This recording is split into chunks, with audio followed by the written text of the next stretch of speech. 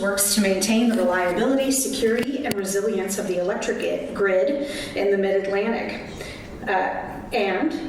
For some local flavor, Catherine is a fellow SPIA O'Neill School Fellow alum, where she earned, you can applaud, where she earned her master's in public affairs and environmental policy and natural resource management. And Catherine, we're really excited to have her. She's going to give us a broader perspective around energy policy nationally and locally. Welcome, Catherine.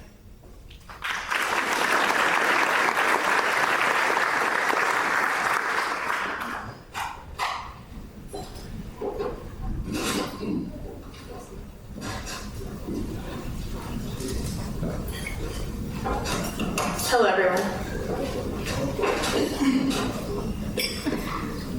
Good morning. I know everyone's staring at a big piece of cake right now, so feel free to eat that first. I'll just say that right off the bat.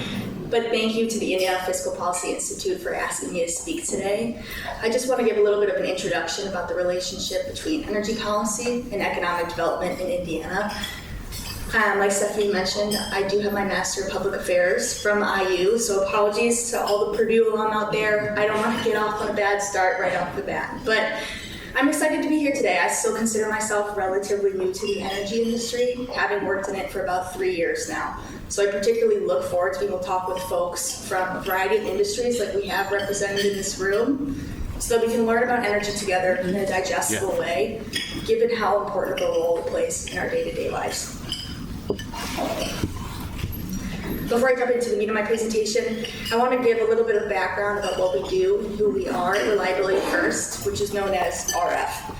I will start with a caveat in that I have been trying to lobby against the amount of acronyms that we have in the energy industry, but my efforts have not proven fruitful, but the ones you need to know are on the screen. We at RF are one of 6 regional entities, and we work alongside the North American Electric Reliability Corporation, or NERC. Together, the entities plus NERC make up the Electric Reliability Organization, or the ERO. We all work together to preserve and enhance the reliability, resilience, and security of the bulk electric system, with the regions operating through a delegated agreement with NERC.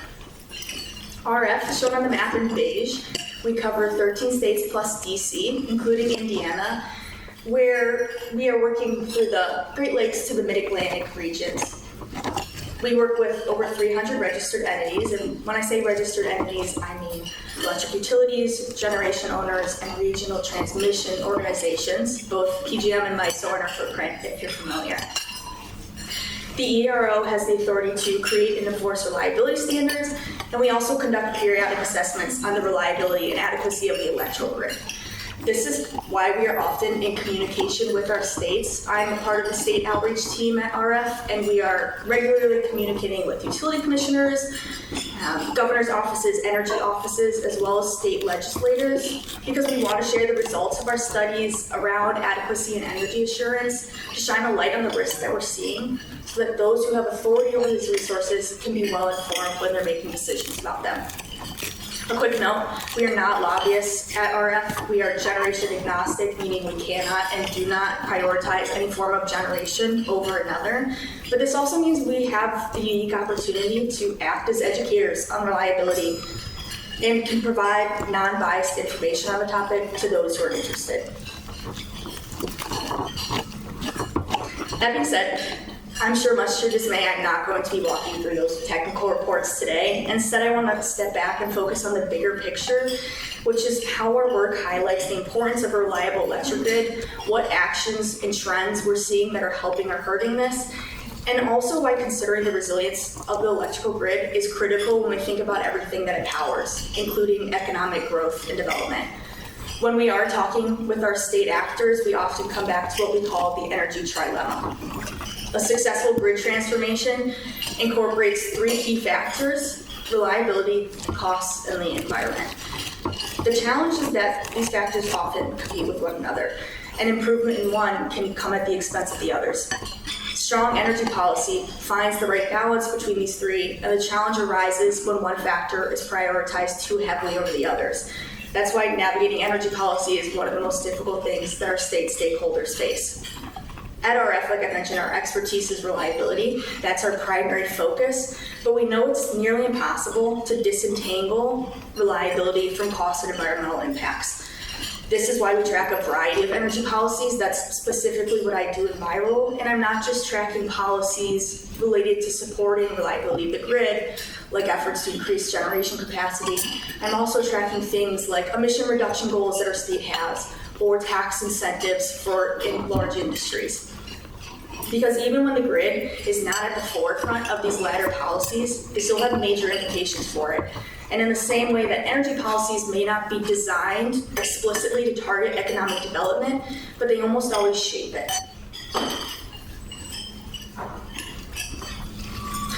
On our side of the energy industry, we often say that we focus on reliability to help keep the lights on. That's a term that we often throw around to encompass what we do. But I think this can be an oversimplification when we talk about reliability, because an unreliable electric grid isn't just an inconvenience and maybe an excuse to light a candle when the power goes out sometimes and pull out a board game, because reliability isn't just about comfort. It's about keeping things safe and keeping hospitals or stoplights or people's places of work operating. So that reliability, along with possibly the environmental impacts and the cost of the available energy, is an important factor for businesses when they're considering where to invest. That's why, and one main reason why a state's energy mix is so important. The balance of resources doesn't just affect reliability, it can make the difference in whether a business sees a state as a good place to invest and grow. When we take a step back and look at Indiana, most energy generation comes from coal and natural gas resources, with the remaining quarter mostly from renewable energy. A key concern that we're seeing at Reliability First is that several of Indiana's major power plants are aging. New generation will be needed to both prepare for these future plant closures, as well as to reduce the reliance on imported energy, as Indiana does not currently produce enough power in-state to meet its own demand. There are several existing industries that are leading to this in Indiana. Manufacturing and coal refining are major sources of Indiana's economy and provide a lot of jobs, but they're also incredibly energy intensive. The challenge then for Indiana is finding a way to meet the energy demand of these existing important industries while working to lower costs for energy consumers across the state, expanding in-state generation to attract new business, and reducing dependence on out-of-state energy to meet this. And I understand that sounds like a lot, but I assure you that Indiana is not alone in this by any means. Every state across the RF footprint especially is facing energy challenges just shaped by the nature of today's politics, the changing grid, and the economy. I also reassure you that the state is actively working on this and that these compounding issues are being addressed. In June of this year, Governor Braun created the Strategic Energy Growth Task Force, which aims to create a plan to promote energy growth within Indiana. It has 4 main priorities, and that includes supporting energy reliability and affordability so as to promote economic development opportunities, relying less on power coming from external states and regions, supporting existing and developing new power generation in Indiana, and then with a specific focus on nuclear energy, which I'll touch on shortly.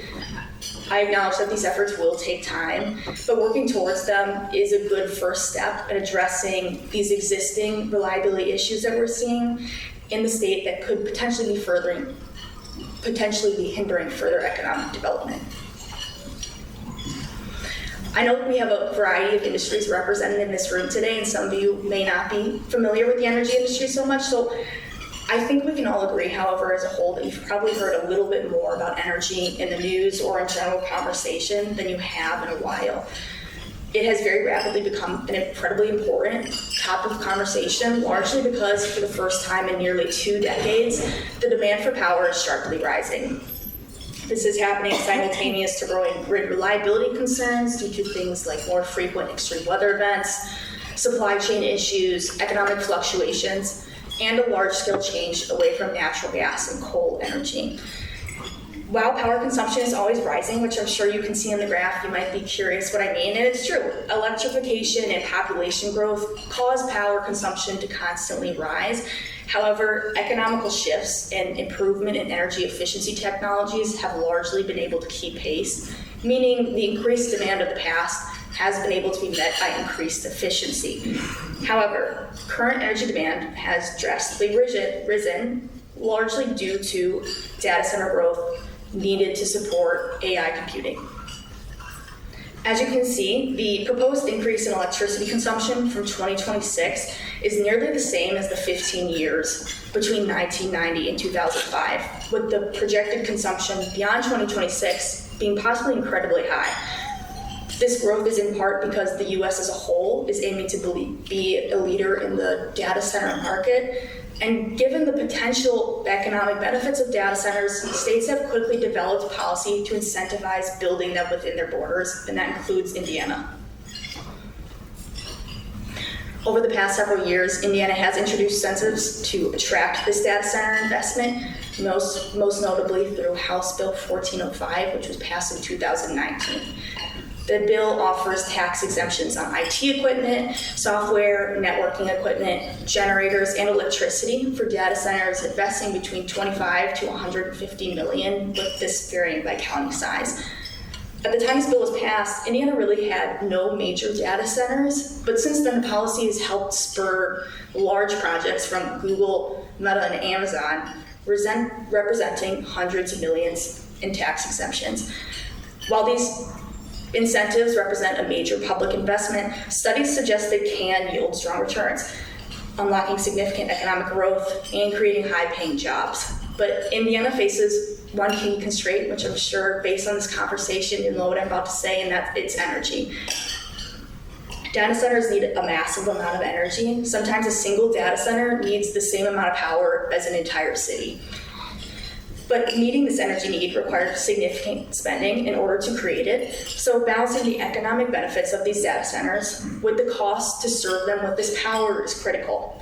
To help address this, Indiana has recently adopted rules requiring large load customers, such as data centers, to pay for parts of the grid upgrades needed to serve them with this power without passing all costs onto electricity consumers across the state. But ultimately, Indiana's ability to realize the full economic benefits of data center growth will depend on having both enough reliable power for both new investment that they're hoping to attract and existing customers across the state. One way that the state is hoping to expand its power capacity is through nuclear power generation. Unlike many of its neighbors, Indiana currently has no commercial nuclear reactors. However, several recent actions imply that the state is hoping to change this. This year alone, Indiana has helped assist in hosting a nuclear energy planning session with the Department of Energy and helped lead the Advanced Nuclear First Mover Initiative, which is a 10-state effort working to expand nuclear capacity through favorable policy measures. Just a little context on nuclear energy. It is a generation resource with a very high effective load carrying capability, or ELCC, at about 95%, meaning roughly it can be relied on 95% of the time, even in extreme weather. While it cannot adjust output, meaning it's going to be producing relatively the same amount of power compared to other resources like natural gas, which can fluctuate based on the demand of the grid. This means it is providing stable baseload power and delivers more megawatts per unit compared to several other resources, making it particularly favorable and attractive to large load customers like data centers. However, building a new nuclear power plant is also an expensive endeavor, especially compared to, say, building a new natural gas or coal plant, and that's due to the need for specialized safety equipment and control measures. So the costs and benefits of developing this energy resource requires careful consideration, as nuclear can bring economic opportunities not only through job creation, but by supporting other sectors through providing a significant amount of reliable power. Another challenge, however, is timing. Historically, building a new conventional nuclear plant can take around 10 years, whereas nowadays a new data center can be constructed in 1 to 2. This is why small modular reactors, or SMRs, have begun to be particularly attractive. We've seen several of our states quite interested in this technology. These are nuclear fission reactors that are 10 to 25% the size of a conventional nuclear plant, making them attractive since they can be potentially deployed faster. Several states are exploring them within the RF footprint. However, I really want to make it noted that there are currently no operational grid level SMRs in the country, meaning deployment at a commercial level is years away. So while we see a lot of our states really attracted and excited for this technology, it is not a technology that's currently available to meet the current reliability needs. However, I do give kudos to the state. They have really been pushing for innovation when it comes to this technology, and Indiana is one of them. House Bill 1007, which was passed just this past April, establishes a 20% tax credit in investments in SMR manufacturing. It also expedites the approval for new generation and adds oversight to slow down retirement of all energy sources across the state. Furthermore, two additional bills, Senate Bill 423 and 424, allow utilities to recover SMR development costs and create a partnership pilot program.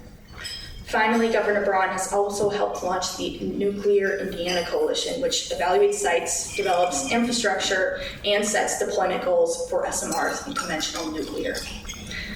At RF, we emphasize that resource diversity is the key to ensuring reliability, and that putting all of your eggs in one basket can severely compromise this. So, adding conventional nuclear or in the future SMRs into the mix could strengthen resilience by balancing the limitations of other generation sources and support the economies that depend on the grid, but other forms of generation also need to be reinforced to maintain this diversity.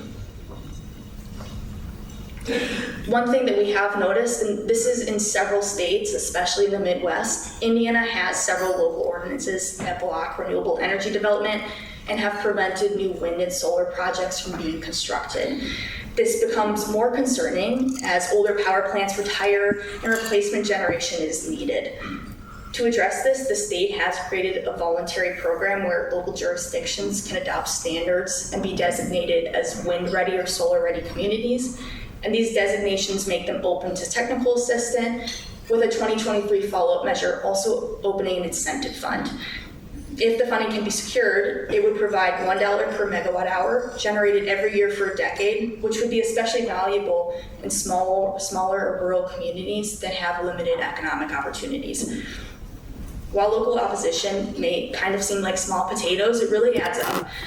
Nearly 500 counties in 44 states across the country now have these bans, and this number is rapidly growing. Last year alone, in fact, nearly 30%, that's almost a third of all utility-scale wind and solar projects were canceled in the siting stage, and this is largely due to local opposition and these bans. Incentives like Indiana is working on could reward these communities for hosting projects and can be a win-win for supporting local economies while increasing power generation. But it also highlights the need to address the root problem, which is to promote stronger communication between states, communities, and energy project developers to help protect the long-term reliability and diversity of the grid. I think it would be amiss not to touch on just a couple of the numerous energy policies that have arisen under the new Trump administration these past 9 months. I know this is an Indiana-centric conversation. However, the breadth of these policies inevitably will affect Indiana's power generation and inherently its economy as well. This is by no means comprehensive. That would be a long day for everyone in this room, but I wanted to highlight just a couple that I think are the most relevant to this conversation. The first being the White House's AI American Action Plan, which was published this past July. It works to promote the rapid development of data centers across the country and remove barriers that may be hindering this. This includes expediting and modernizing the permitting process for data centers so that it can be constructed faster, and creates new national incentives to increase high-demand occupations like electricians. The administration stated in the plan that they hope that workers and their families can gain from the economic benefits that can come with data centers and also open a path for new economic prospects. The plan does touch on addressing the beginning of the energy that will be needed to support this level of growth in the data center economy, but it starts with outlining steps to protect existing infrastructure, and works to ensure that the grid has sufficient power supply to meet this rising demand. These include adopting new grid-enhancing technologies, prioritizing the connection of reliable generation, expanding the use of emerging energy technologies such as nuclear, reforming power markets, and creating financial incentives to strengthen reliability.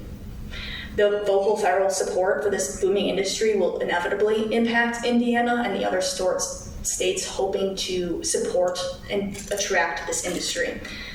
Construction jobs and technical specialists will be needed in these communities where the centers will be rapidly built, possibly bringing in other economic development opportunities to support the influx of workers and new business. And if national incentives are created for these in-demand jobs, this could be beneficial to workers in Indiana. However, like I've noted, and I want this to be one of our main takeaways from today, if we want to attract a high energy consuming industry like this, we need to make sure that there is enough reliable power generation within the state to meet the existing demands of our current industries and people, and then we can go on to start attracting new investment. Furthermore, in the executive order titled Unleashing American Energy, which was released on his first day in his new term, President Trump outlined plans to reduce federal regulations in order to expand power generation across the country. Since then, the Environmental Protection Agency, or the EPA, has gone on to begin the process of rescinding several major environmental regulations targeted at power plants, or has pushed back compliance deadlines. Since then, some natural gas plants, and particularly coal facilities across the country, have expanded and extended these retirement timelines, and we have seen these trajectories possibly happening in the Midwest as well.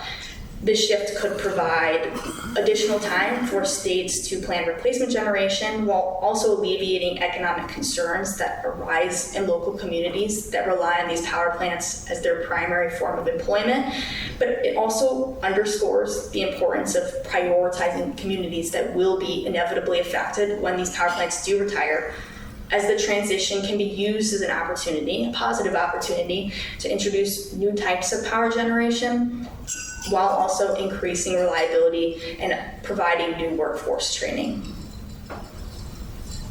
With that being said, I'm going to keep it brief there, but I hope, especially for those of you who do not work in the energy industry, that this was just a good start to the tip of the iceberg when we talk about the relationship between reliability, energy policy, and economic development. At RF, I am a part of the state outreach team. We are always happy to meet with anyone who is interested to talk further on any of these topics or any other topics you might be interested for the energy industry. So I'm going to put my email up on the screen. If you would like to reach out, if you have any questions that you would prefer to send to me, I am happy to take those. But otherwise, thank you for having me today. And I believe we have time for questions. So thank you.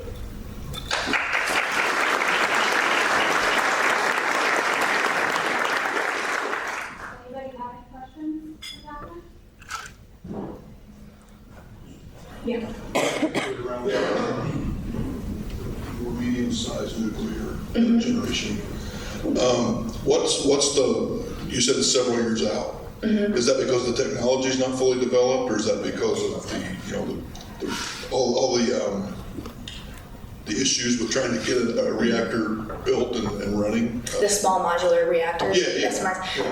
We just don't have them. We just haven't had them, and it is a technology that it's expensive to get it to the level that we want it to, and I think that's not something the government is always going to risk doing. I will say, in terms of the growth of data centers, a positive that has come out of it is the technology companies are pushing for further grid innovation, and I think they are in part a reason that we're starting to develop these SMRs, but we just haven't had any in the US. I think the Army is the only place that they're located. Other countries have more, but in the past few months, a lot of startups have begun that process, and the initial permits from the nuclear regulatory have been granted. So it's just a matter of the risk that we've been willing to take. I think that's been hindering that. With respect to the data centers, why has anyone explored, I'm sure they have, the possibility of having on-site generation where they generate their own power so they're not overloading the grid? Yes, so that's called co-location.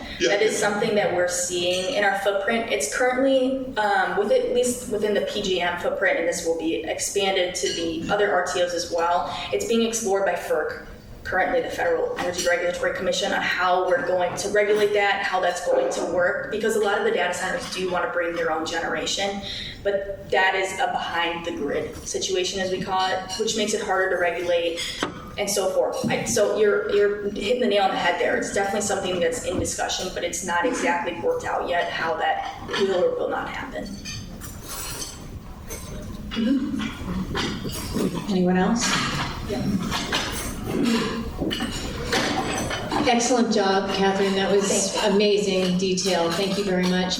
My question is, you must see policy in a lot of states, and I think one of our greatest challenges right now is siting, and a state that can find a solution that can give local communities voice, but also allow the development that we truly need in energy infrastructure right now will be the one that wins. Are you seeing any policies that are doing that? Yes, I am. We regulate a variety of states, like I've mentioned, blue, red, purple, just politically, and then their grids are also very unique. All of these states have different siting processes in terms of how much weight they give to local opinion versus state opinion. So that is varying. I think where we've seen the most change recently is actually at the federal level. It is a relatively bipartisan issue that permitting and siting, especially for energy projects, requires reform. There are a lot of policies that have been introduced in the House, especially over the last few years, that just haven't quite made it through that hurdle. But even beyond the state level, I think it is one of the more pressing topics at the federal level that they're trying to fix in order to have more power generation, because all of our states want more power, I would say, for the most part. So to answer that in a long way, yes, a lot of our states have a variety of permitting reform that is currently happening, and that is also happening at the federal level. Any other questions? All right, let's thank Catherine again. Thank you so much.